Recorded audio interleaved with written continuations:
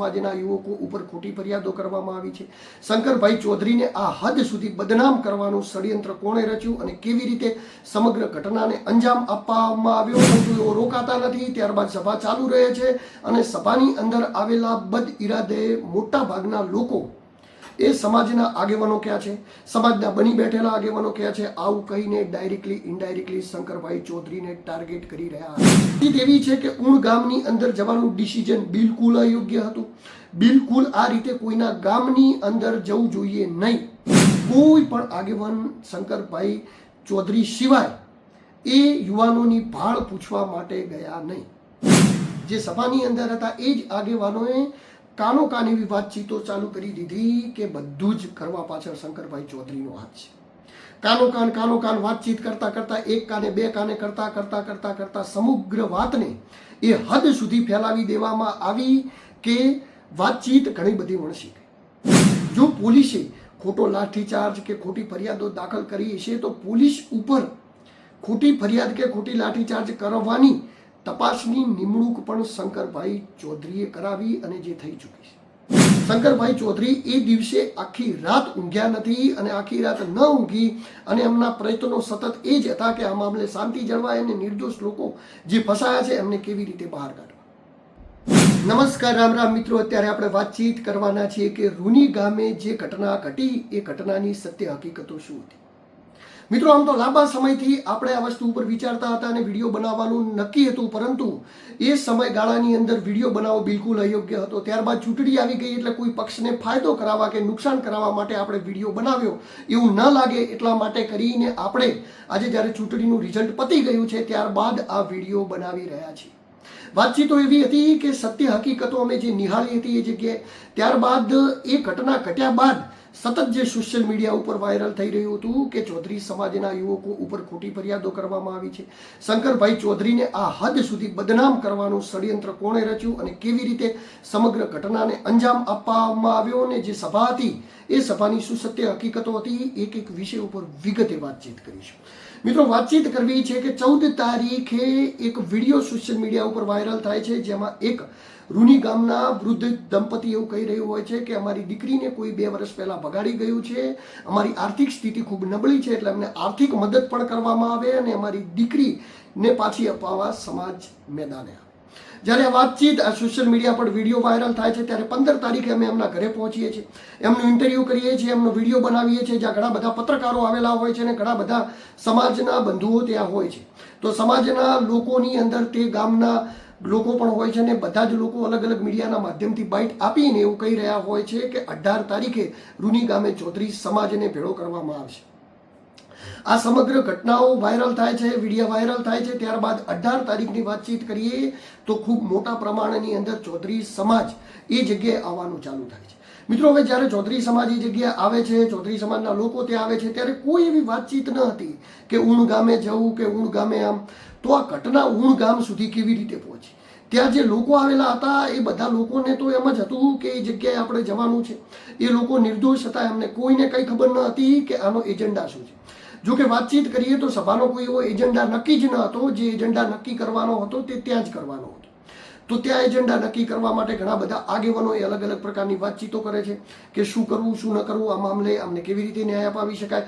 આવી વાતચીતો એ સભાની અંદર થતી હોય છે અને ત્યાં જ ઘણા બધા યુવકો એ સ્ટેજની આજુબાજુ ઘસી આવે છે. આમ તો જો કે સ્ટેજ જેવું ત્યાં કંઈ હતું નહીં, તેમ છતાં પણ એ ધીરે સ્ટેજની આજુબાજુ ઘસી આવે છે અને જોર જબરજસ્તી માઇકો લઈ અને ઉશ્કેરીજનક બયાનો કરવા લાગે છે. એમને રોકવાનો પ્રયત્ન કરવામાં આવે છે પરંતુ એઓ રોકાતા નથી. ત્યારબાદ સભા ચાલુ રહે છે અને સભાની અંદર આવેલા બદ ઇરાદે મોટા ભાગના લોકો એ સમાજના આગેવાનો ક્યાં છે, સમાજના બની બેઠેલા આગેવાનો ક્યાં છે, આવું કહીને ડાયરેક્ટલી ઇનડાયરેક્ટલી શંકરભાઈ ચૌધરીને ટાર્ગેટ કરી રહ્યા હતા. મિત્રો, આ સમગ્ર ઘટના એ ઘટે છે, સમગ્ર ઘટના એ રીતે બને છે. ત્યારબાદ એ જગ્યાએ આગેવાનો અને યુવાનો વચ્ચે ઝપાઝપી થતા ત્યાં સભાને સ્થગિત કરી દેવામાં આવે છે. સભાને સ્થગિત કરી દેવામાં આવે છે. ત્યારબાદ 1-1.5 કલાક સુધી ઝપાઝપી થાય છે, હોબાળો થાય છે અને ત્યારબાદ ઘણા બધા લોકો ત્યાંથી જતા રહે છે અને ઘણા બધા લોકો ત્યાં રહે છે, પરંતુ જે માઇક બંધ કરી દેવામાં આવ્યું છે, માઇક 1.5 કલાક સુધી મળતું નથી ને અચાનક પછી ક્યાંકથી માઇક મળી જાય છે અને ત્યાં જ શીતલબેન એ બોલવાનું ચાલુ કરે છે અને એવું કહે છે કે 5-25 ગાડીઓ કાઢો, આપણે જવું છે ઉણ ગામ. જ્યારે ઉણ ગામ જવાનું કહે છે ત્યારે ઘણા બધા લોકો એમને ના પાડે છે, ઘણા બધા લોકો કહે છે કે ત્યાં જવાની જરૂર નથી, પરંતુ ત્યારબાદ શું થયું આપણને ખબર નથી, કારણ કે આપણે ત્યાંથી નીકળી અને સન હોટલ જતા રહ્યા. 1 વાગ્યા સુધી આપણે સન હોટલ હતા, ત્યારબાદ 1 થી લઈ અને 5 વાગ્યા સુધી આપણે આદર્શ સંકુલ હતા અને સંપૂર્ણ ટાઈમે આપણે સીસીટીવીની અંદર હતા ને જેના સીસીટીવી પણ અમારી જોડે છે. પરંતુ મિત્રો વાતચીત એ છે કે જે ઉણ ગામની અંદર શીતલબેન જતા રહ્યા અને ત્યારબાદ એવું શું થયું કે સમગ્ર ષડયંત્રની અંદર શંકરભાઈને આ હદ સુધી બદનામ કરવામાં આવ્યા. કારણ કે સોશિયલ મીડિયા ઉપર પછી ઘણી બધી પોસ્ટો વાયરલ થઈ, ઘણું બધું વાયરલ થયું ને જે અમે જોયું અને નિહાળ્યું પણ કર્યું. વાતચીત એવી છે કે ઉણ ગામની અંદર જવાનું ડિસિઝન બિલકુલ અયોગ્ય હતું.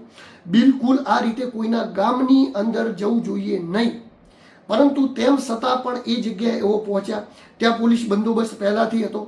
એમને પોલીસ જોડે વાતચીત કરી, પોલીસે 2 ગાડીઓને અંદર જવા દીધી ને 2 ગાડીઓ અંદર ગઈ. ત્યારબાદ 2 ગાડીઓ અંદર ગઈ તો બંને ગાડીઓ ઉપર તોડફોડ થઈ. તોડફોડના સમાચાર જે આજુબાજુના યુવાનોને મળ્યા અને આજુબાજુના ગામડાઓની અંદર થયું તો ત્યાં ટોળું એ વધતું ગયું. જે ગાડીઓની અંદર તોડફોડ થઈ એ પણ બિલકુલ અયોગ્ય હતી. એ જગ્યાએ જે લોકો ગયા એ પણ બિલકુલ અયોગ્ય હતું. ત્યારબાદ હવે સ્થિતિ એવી વરસી ગઈ હતી કે એને કંટ્રોલમાં લેવા માટે ઘણા બધા પ્રયત્નો કરવામાં આવ્યા, ઘણી બધી વાતચીતો કરવામાં આવી, પરંતુ તેમ છતાં સ્થિતિ કાબૂમાં ન આવતા એ જગ્યાએ લાઠીચાર્જ અને પથ્થરમાર એવી ઘટનાઓ ઘટી અને ત્યારબાદ ટીયર ગેસો છોડાયા અને સંપૂર્ણ જગ્યાએથી એ ટોળાને વિખેરી દેવામાં. હવે આ સંપૂર્ણ ટોળું વિખેરાયું અને જે મોટી આગેવાનીની વાતચીતો કરતા હતા એ લોકો, એક પણ લોકો એ જે જગ્યાએથી ઘટના સ્થળેથી ઘણા બધા લોકો પકડાયા હતા એ શું કરી રહ્યા હતા, શું ન કરી રહ્યા હતા એ કોઈને ખબર ન હતી ને એમનું કોઈ હાલ પણ પૂછવા ન ગયું. વાતચીત એવી બની કે શંકરભાઈ ચૌધરીને ખબર પડી રાત્રે 1 વાગે એમને આ મામલાની અંદર જે પણ ચૌધરી સમાજના યુવાનો એ જગ્યાએ આવી ગયા હતા જેમનો આ મેટરની અંદર કોઈ રોલ ન હતો, જેઓ નિર્દોષ હતા, એવા લોકોને રાત્રે 1 વાગ્યાથી લઈ અને સવારના 5 વાગ્યા સુધી વાતચીતો કરી અને એ લોકોને પોલીસ સ્ટેશનમાંથી છોડાવી અને પોતાના ઘરે પોતાના પરિવાર સાથે જાય અને કોઈ ખોટી કાર્યવાહી ના થાય એ પ્રકારનું પગલું પડ્યું. ત્યારબાદ જે શીતલબેનને એ જગ્યાએ રાખવામાં આવ્યા હતા, શીતલબેનનો પરિવાર, સ્થાનીય આગેવાનો કે સભાની અંદર જે આગેવાનો આવ્યા હતા કોઈ પણ કંઈ પૂછવા માટે ના આવ્યા. તેમ છતાં પણ જ્યારે સાહેબને આ વસ્તુની ખબર પડી ત્યારે એમને એમના માટે કરી અને જે ધાનેરાના વકીલ છે દિનેશભાઈ અને ત્યારબાદ આસોદરના સરપંચ છે એમને બંનેને એ જગ્યાએ મોકલી અને એમને ન્યાય પ્રણાલી રીતે એમને યોગ્ય વ્યવસ્થા મળી રહે એવી વ્યવસ્થા કરી. આ બધું થઈ રહ્યું હતું. જે લોકો ઈજાગ્રસ્ત હતા એમની હોસ્પિટલની અંદર જઈને મુલાકાત લીધી. આ બધું થઈ રહ્યું હતું. તેમ છતાં પણ એવી વાતચીતો કોણે માર્કેટની અંદર ફેલાવી કે શંકરભાઈ ચૌધરી બદનામ થાય. મિત્રો સમજો, બહુ સમજવા જેવી વાતચીત છે. જે આગેવાનો સભાની અંદર આવ્યા હતા, જે આગેવાનો એવું કહી રહ્યા હતા કે સમાજના બની બેઠેલા આગેવાનો ક્યાં છે, સમાજના મોટા આગેવાનો કેવું છે, આવું કહીને ડાયરેક્ટલી ઇનડાયરેક્ટલી શંકરભાઈ ચૌધરીને ટાર્ગેટ કરી રહ્યા હતા. એમાંથી કોઈ પણ આગેવાન શંકરભાઈ ચૌધરી સિવાય એ યુવાનોની ભાળ પૂછવા માટે ગયા નહીં. બીજી વાતચીત કે એ જે આગેવાનો હતા એ આગેવાનો જ્યારે વાતચીત કરતા હતા કે કંઈ પણ થશે તો અમે બેઠા છીએ, આમ છે તેમ છે. જ્યારે ચૌધરી સમાજના નિર્દોષ યુવકો ઉપર ફરિયાદો થઈ ત્યારે કેમ કોઈ પણ આગેવાન આગળ આવી અને પોલીસ સ્ટેશનની અંદર જઈને એવું ન કહ્યું કે યુવાનો નિર્દોષ છે, આગેવાન તો અમે છીએ અને અમે આગેવાન છીએ તો સમાજના આગેવાન તરીકે અમારી જવાબદારી આવે છે તો અમારી ઉપર ફરિયાદ દાખલ કરો. ત્યારબાદ આ મામલો એ ગરમાયો. આ મામલો ગરમાયો એટલે સમગ્ર જગ્યાએ એ જ આગેવાનોએ, જે સભાની અંદર હતા એ જ આગેવાનોએ કાનો કાન એવી વાતચીતો ચાલુ કરી દીધી કે બધું જ કરવા પાછળ શંકરભાઈ ચૌધરીનો હાથ છે. કાનો કાન વાતચીત કરતા કરતા, એક કાને બે કાને કરતા સમગ્ર વાતને એ હદ સુધી ફેલાવી દેવામાં આવી કે વાતચીત ઘણી બધી વણસી ગઈ. આ બધું જ અમે જોઈ રહ્યા હતા, બધું જ અમારા ધ્યાનની અંદર આવી રહ્યું હતું ને આ બધું જ અમારી ધ્યાનની અંદર આવી રહ્યું હતું, પરંતુ સમય એવો ન હતો કે અમારે બોલી શકાય. પરંતુ આજે સમય એવો છે કે આ મામલે અમારે હવે બોલવું જરૂરી છે, કારણ કે આ મામલે કોઈ સત્ય બોલ્યું નહીં, એટલે આપણે હવે આ મામલે સત્ય બોલવું છે. મિત્રો, મારા ઉપર પણ ફરિયાદ થઈ છે, મારા ઉપર પણ ખોટી ફરિયાદ થઈ. જે લોકો ઉપર ખોટી ફરિયાદ દાખલ થઈ એ મામલે અરજીઓ પણ થઈ, વાતચીત પણ કરવામાં આવી, અને જે વાતચીત કરવામાં આવી એને અનુલક્ષીને જો પોલીસે ખોટો લાઠીચાર્જ કે ખોટી ફરિયાદો દાખલ કરી છે, તો પોલીસ ઉપર ખોટી ફરિયાદ કે ખોટી લાઠીચાર્જ કરવાની તપાસની નિમણૂક પણ શંકરભાઈ ચૌધરીએ કરાવી અને જે થઈ ચૂકી છે. ત્યારબાદ જે પણ લોકોના ફરિયાદની અંદર નામ આવ્યા છે અને કોઈના નામ ખોટી રીતે ચડી ગયા છે અને જેમના કારણે જેમના વિરુદ્ધ કોઈ એવું પ્રૂફ નહીં હોય કે કોઈ એવું નહીં હોય, તો એ લોકોની વિરુદ્ધ ખોટી રીતે ચાર્જશીટ કોર્ટની અંદર ન થઈ જાય ને એમની વિરુદ્ધ ખોટા પુરાવા એકઠા કરીને કોઈ કાર્યવાહી ન કરવામાં આવે, એની પણ આ દિવસ સુધી ખબર એ શંકરભાઈ ચૌધરી રાખી રહ્યા છે. મિત્રો, આટલું કરી રહ્યા છતાં પણ એ આગેવાનો દ્વારા ખૂબ જ ખોટી રીતે અલગ અલગ પ્રકારની વાતચીતો ફેલાવી ને ખૂબ જ ખોટી રીતે બદનામ કરવામાં આવ્યા, અને બદનામીની હદ એ સુધી વટી ગઈ કે પછી કંઈ કહેવાનો માર્ગ જ ન રહ્યો. જ્યારે હું આ વાતચીત કરી રહ્યો છું ત્યારે ઘણા બધા લોકોને એવું લાગતું હશે, પરંતુ આ જે વાતચીત હું તમને કરી રહ્યો છું ખૂબ સત્ય હકીકત વાતચીત છે, કારણ કે આ બધી સત્ય હકીકતો મેં મારી જાતે નિહાળી છે. 18 તારીખે હું ત્યાં હતો, મારા ઉપર ફરિયાદ 19 તારીખે થઈ અને જે બિલકુલ ખોટી હતી, પરંતુ તેમ છતાં 18 થી લઈને 19 તારીખ સુધી જે ઘટના ઘટી એ સંપૂર્ણ ઘટનાને મેં નિહાળી છે. શંકરભાઈ ચૌધરી એ દિવસે આખી રાત ઊંઘ્યા નથી, અને આખી રાત ન ઊંઘી અને એમના પ્રયત્નો સતત એ જ હતા કે આ મામલે શાંતિ જળવાય અને નિર્દોષ લોકો જે ફસાયા છે એમને કેવી રીતે બહાર કાઢવા. ત્યારબાદ પણ એમના પ્રયત્નો ચાલુ રહ્યા. ચૌધરી સમાજના આગેવાનોને બોલાવવામાં આવ્યા, પૂછવામાં આવ્યું તો એ મામલે જે ચૌધરી સમાજના આગેવાનો હતા જે એવું બધું કહી રહ્યા હતા કે આમને કર્યું તેમને કર્યું ને સમાજને આમ કર્યું. અરે ભાઈ, સમાજના યુવાનોએ કર્યું ને પેલું કર્યું, તો તમે બધા તય કેમ આવ્યા હતા? તમને કોણે ફોન કરીને એ જગ્યાએ બોલાવ્યા હતા? અને તમે આવ્યા હતા તો સમાજના આગેવાન તરીકે તમારી જવાબદારી આવે. તો જ્યારે નિર્દોષ યુવાનો ફસાતા હતા ત્યારે તમે પોલીસ સ્ટેશન જઈને એમ કેમ ન કહ્યું કે અમે આગેવાન તરીકે જવાબદારી લઈએ, અમારા ઉપર ફરિયાદ કરો? પરંતુ તેમ છતાં પણ જે યુવાનો ઉપર ખોટું થયું કે યુવાનો ઉપર જે થયું ને એ મામલે સંપૂર્ણ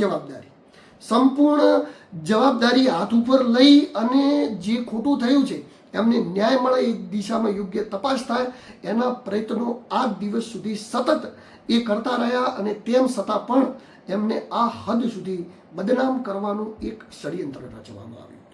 ષડયંત્ર કોઈ ચૌધરી સમાજમાં આવેલા લોકોએ ન રચ્યું હતું. ઘણા બધા આગેવાનો હતા કે જેમને ખાનગી રીતે એમના જોડે ન મેળ હોવાથી કે એવું કોઈ કારણો હોવાથી એ લોકોએ ધીરે ધીરે વાતોને એ દિશા તરફ અને એવી દિશા તરફ સ્પિરિટ કરતા ગયા કે આખો મામલોની દિશાને જ ચેન્જ કરી દેવામાં આવી. મિત્રો, આજે થયું સમગ્ર ઘટના અમે જોઈ, અમારી જાતે નિહાળી. ઘણી બધી વાતચીતો હજી પણ એવી છે કે જે કરવાની બાકી છે, પરંતુ આ મામલે અત્યારે તપાસ થઈ રહી છે, અને તપાસની અંદર જો કોઈ પોલીસ કર્મચારીએ ખોટું કર્યું હશે કે પોલીસે પણ ખોટું કર્યું હશે તો એમના વિરુદ્ધ પણ તપાસ પંચ નિમાયું છે. જે ફરિયાદ છે એની અંદર કોઈ નિર્દોષતાથી નામ આવી ગયા હશે તો એમને પણ યોગ્ય દિશાની અંદર ન્યાય મળશે એવા પ્રયત્નો એ સતત શંકરભાઈ ચૌધરીએ કર્યા, અને જે અમે જોયું, જે અમે નિહાળ્યું અને અમારા ખુદનો જાત અનુભવ અમે તમને આ કહી રહ્યા છીએ. આટલા સમય ચૂંટણી હતી એટલા માટે કરીને આવું કોઈ પણ વિડીયો અમે ન બનાવ્યો, પરંતુ ચૂંટણી હવે પૂરી થઈ ગઈ છે એટલા માટે અમે આ વિડીયો બનાવી રહ્યા છીએ. નમસ્કાર, રામ રામ, હું છું દિલુ ચૌધરી.